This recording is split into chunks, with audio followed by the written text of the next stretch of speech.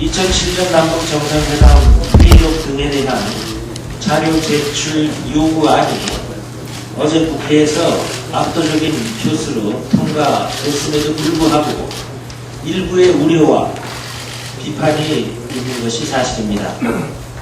국정원이 정상회담 회의록을 탈법적으로 공개했던 것이 얼마나 엄청난 국기문란 행위였는지를 다시 한번 확인합니다. 2007년 남북 정상회담 회의록이 어떻게 정치권에 사전 유출됐고 누구에 의해서 왜곡되었으며 어떻게 정략적으로 이용되었는지에 대해서도 명명백백하게 그 진실을 국민 앞에 밝혀져야 할 것입니다.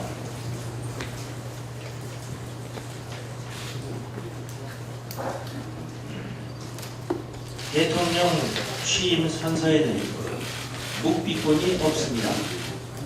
헌법 수호에 대한 무한 책임만이 있을 뿐입니다.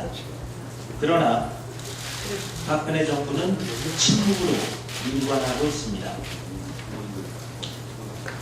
정보기관과 정치권의 탈법적 정치 공작에 대해서 진실을 규명하고 관련자를 처벌하겠다는 강력한 의지 표명이 있어야 합니다. 또 미국에 의한 대한민국 대사관 도청 의혹에 대해서도 강하게 해명을 요구해야 합니다. 주권을 침해당하면서도 분노할 줄 모르는 정부는 주권국가 대한민국의 정부일 수 없습니다.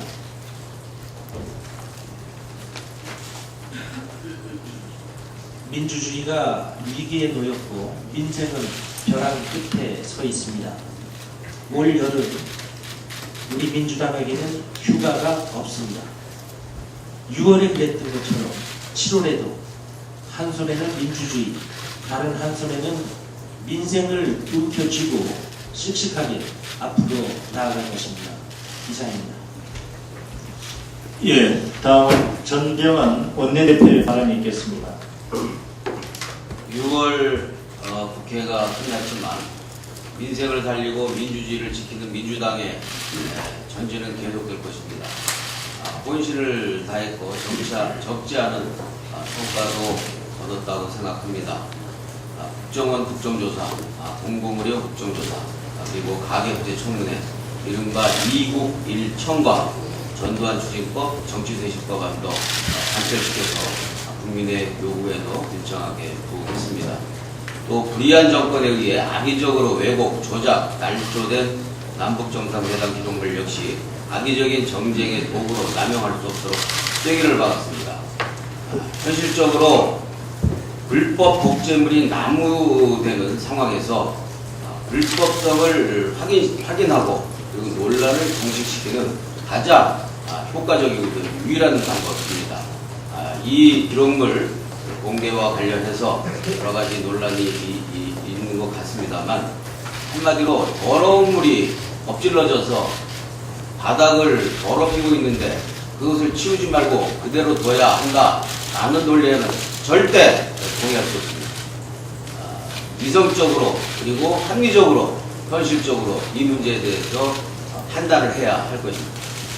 프랜차이즈법, 공정거래법, 상가 임대차 보호법 등 의뢰 눈물을 닦아주는 국회를 위한 민주당의 노력도 적지 않은 결실을 거두었다고 생각합니다.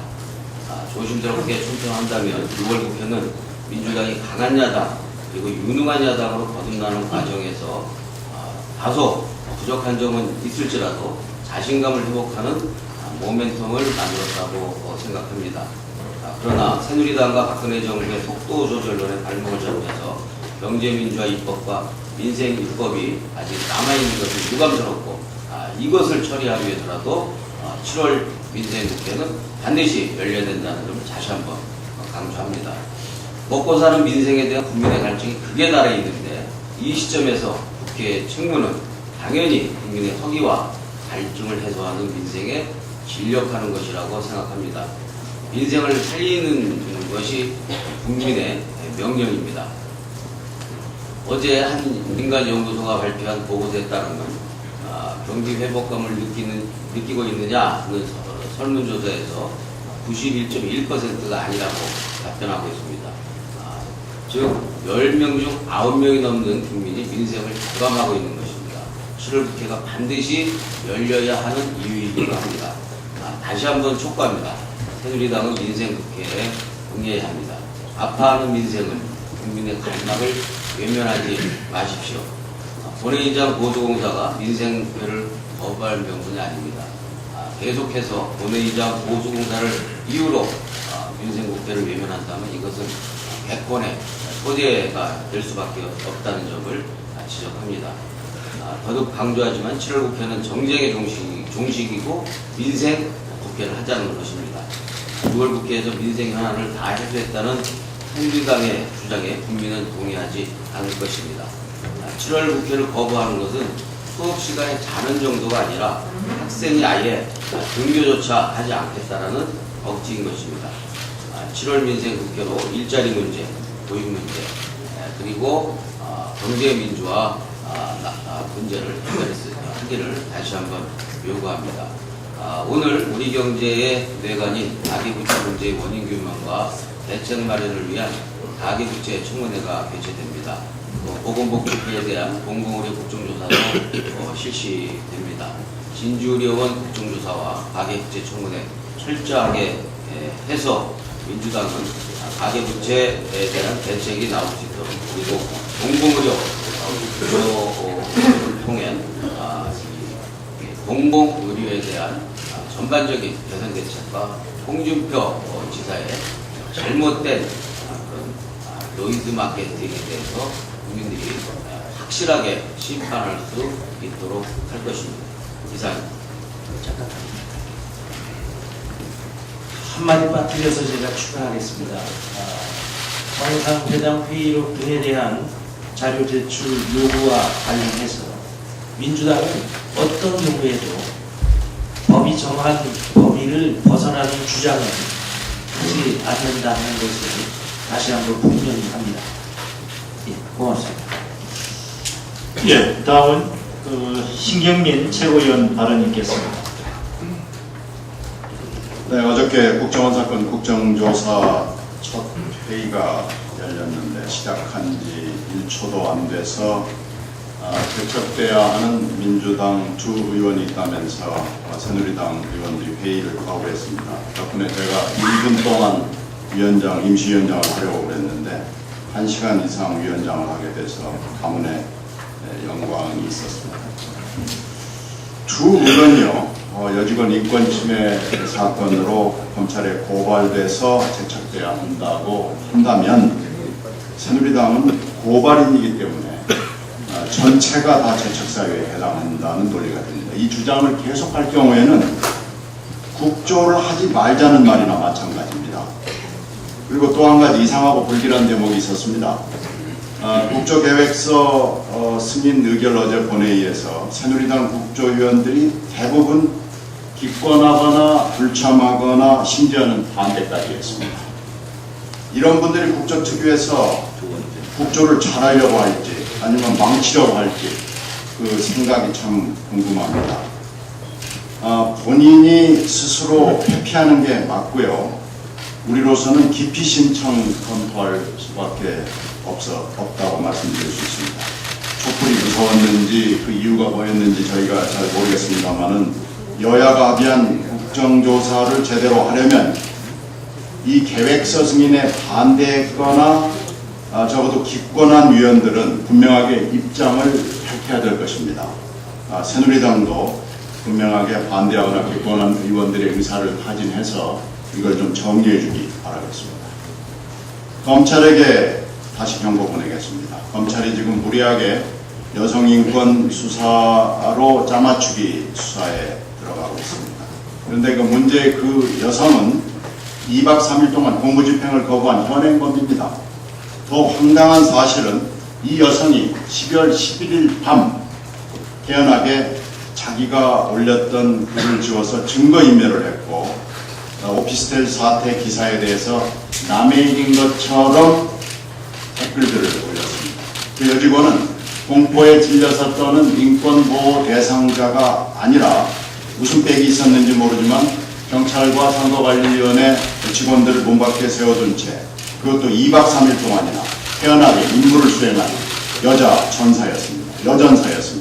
도둑질하러 들어갔다가 들키자 방문 잠그고 경찰과 신고자를 2박 3일 동안 문 밖에 세워둔 사건에서 검찰은 지금 도둑을 기소유예로 풀어주고 신고자와 동네 사람들을 감금 혐의로 조사하고 기소할 것처럼 협박을 하고 있는 것입니다. 이런 게 검찰입니까?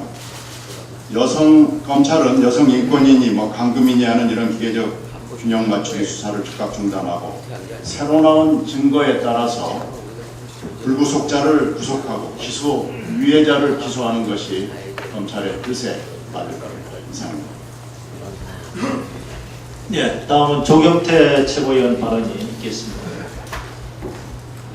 네, 박근혜 정부 출범 후 첫 한일 외교장관 회담이 1일 25분간 열렸다고 합니다.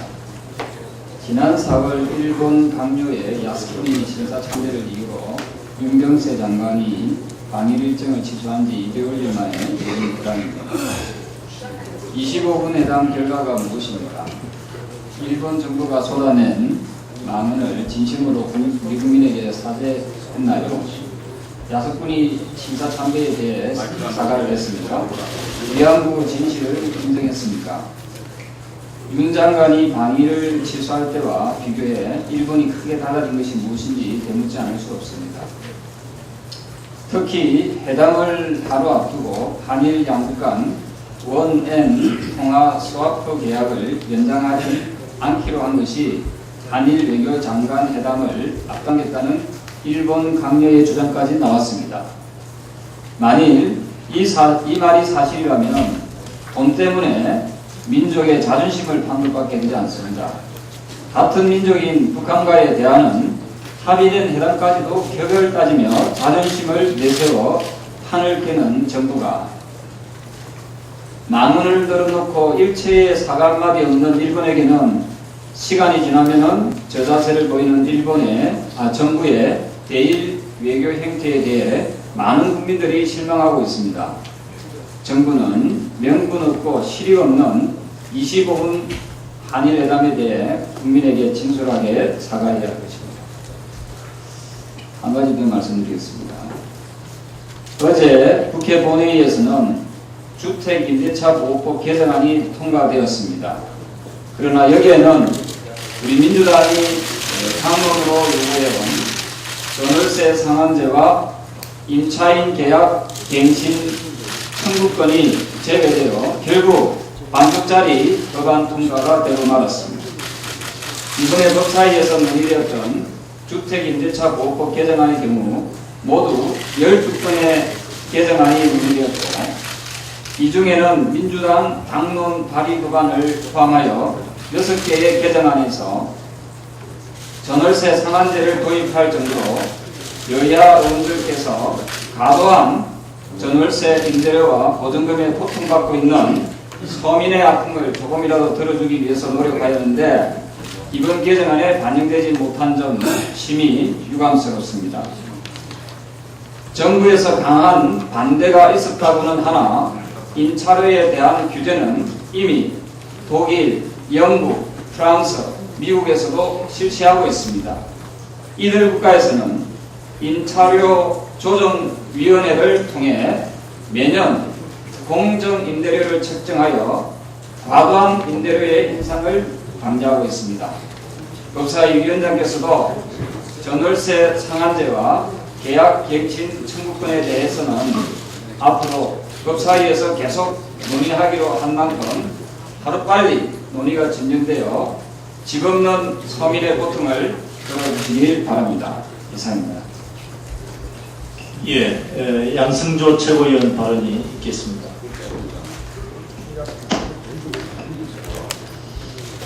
정책이 없어서 국민이 불행했던 것이 아니라 약속이 실천되지 않아서 문제다. 2012년 박근혜 후보가 대선 출마 선언에 담았던 일성입니다. 이번 정부에서는 국민들께 한 약속은 정말 아주 정성 들여서 지킨다. 제가 공약을 발표할 때마다 이것이 재원이 어떻게 소요되며 이게 실현 가능하냐, 그것을 만든 분들이 피곤할 정도로 제가 또 따지고 그랬습니다. 이 말은 박근혜 당선자가 올 1월에 인수위에서 한 말입니다. 얼마나 좋을 것 같은 말입니까? 이랬던 박근혜 대통령의 마음이 대통령 취임 200일이 채 지나지 않아 바뀌었습니다. 국민들에게 했던 7대 민생 공약을 손바닥 뒤집듯 너무도 쉽게 약속을 저버렸습니다. 이 표에 나와 있는 7대 공약, 7대 거짓말이 그 증거입니다. 어르신들 모두에게 20만 원의 기초연금을 드린다던 약속은 후퇴를 거듭하여 성실한 국민연금 가입자와 손해보고 자칫 기초연금을 못 받는 어르신들이 나오게 되었습니다. 4대 죽중절암 100% 보장 공약은 상급 병실료, 선택 진료비, 간병비가 제외되는 안고 없는 찐빵이 되고 있습니다. 고등학교 전면 무상교육을 실시한다는 공약도 슬그머니 자체를 감추었습니다. 군복무 단축 공약은 임기 중에는 안 하겠다고 선언해 버렸습니다. 국민을 불안하게 하면서까지 철도 민영화를 추진하지 않겠다더니 여전히 철도 민영화 추진이 강한 의혹이 있습니다. 원칙 1제트는 국가 지도자의 자세가 중요하다. 지도자는 국민과 맺은 약속은 하늘이 무너져도 지켜야 한다. 지도자는 말보다 행동이 중요하고 생각보다 실천이 중요하다. 이 또한 천금 같은 명언입니다. 바로 박근혜 대통령이 2007년 6월 전북대에서 이 나라의 젊은이들에게 했던 말입니다. 원칙과 실리를 트레이드 마크처럼 내세우는 박근혜 대통령께 충고드립니다. 후보 시절 국민들에게 드렸던 약속을 다시 한번 꺼내 읽어보십시오. 거기에 답이 있습니다. 박근혜 정부가 거짓말 정권, 국민 기만 정권으로 남지 않기를 바랍니다. 이상입니다.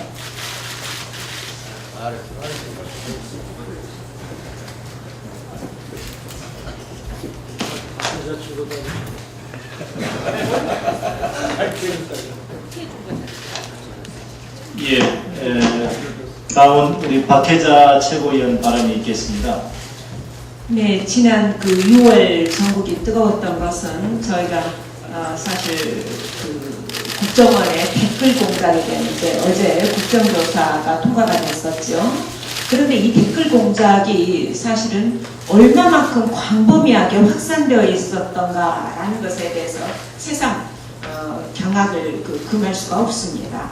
국가정보원의 댓글 공작을 보면 호남 비하 또 지역 감정을 조장하고 5.18을 왜곡시키는 그러한 데도 관여가 된 것으로 밝혀지고 있습니다. 정말 충격을 넘어서 분노를 느끼지 않을 수가 없는데요. 국가정보원이 아니라 무슨 국가전복원인가, 국가를 전복하고자 하는 전복원인가 그런 생각이 듭니다.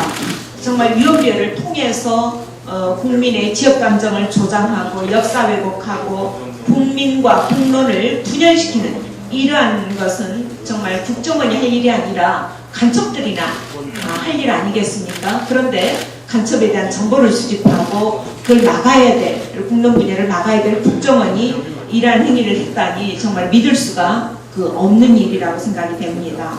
이제 앞으로 이루어질 국정조사 특위에서는 과제가 하나 늘은 셈입니다. 박근혜 캠프 새누리당 국정원으로 이어지는 치밀한 권력 장탈을 밝혀내는 것과 함께 지역감정 조장을 한다거나 5.18 역사 왜곡에 대해서도 명명백백하게 밝혀야 될 것입니다. 대한민국의 미래를 위해서 헌정 파괴, 국기문란, 권력 장탈, 지역감정, 역사 왜곡 그 책임자와 배후 세력은 끝까지 추적해서 반드시 심판해서 법에 정말 심판대에서 심판을 받도록 그렇게 해야 될 것입니다. 이것이 저는 국민들의 요구이고 명령이라고 믿습니다. 어제 이제 저희가 대화록, 정상회담 대화록의 공개에 대해서 결정이 있었는데요. 제가 한 말씀만 좀 드리겠습니다. 저는 사실상 대화록 공개에 대해서 부정적인 생각을 많이 가지고 있었습니다. 그럼에도 불구하고 어제 저희가 정말 그 276명의 재석 의원 중에서 257명의 의원이 찬성한 것은 결국 NNL에 대한 논란을 이제는 분명하게 종식시켜야 된다라는 그러한 그 취지에서 통과를 시킨 겁니다. 정말 그 국회의원의 3분의 2의 동의를 얻는다라고 하는 것은 정말 개헌이나 대통령이 탄핵에 준하는 그러한 그 높은 기준입니다. 그럼에도 불구하고 저희가 어제 그와 같은 결정을 내렸던 것은 정말 대통령 기록물이 정치적으로 악용되어서는 안 된다라고 하는 겁니다. 정치적으로 악용되지 않고 국익이 침해되는 것을 예방하기 위한 그러한 그 조치로서 3분의 2의 선을 정해놓은 것입니다. 그래서 이제 앞으로 또 다른 그 논란을 가져올 수 있는 자료 공개가 아니라 이제 NNL 논란을 제대로 국민들께 설명하고 종식시킬 수 있는 그런 자료 공개가 되기를 기대해 봅니다. 이상입니다.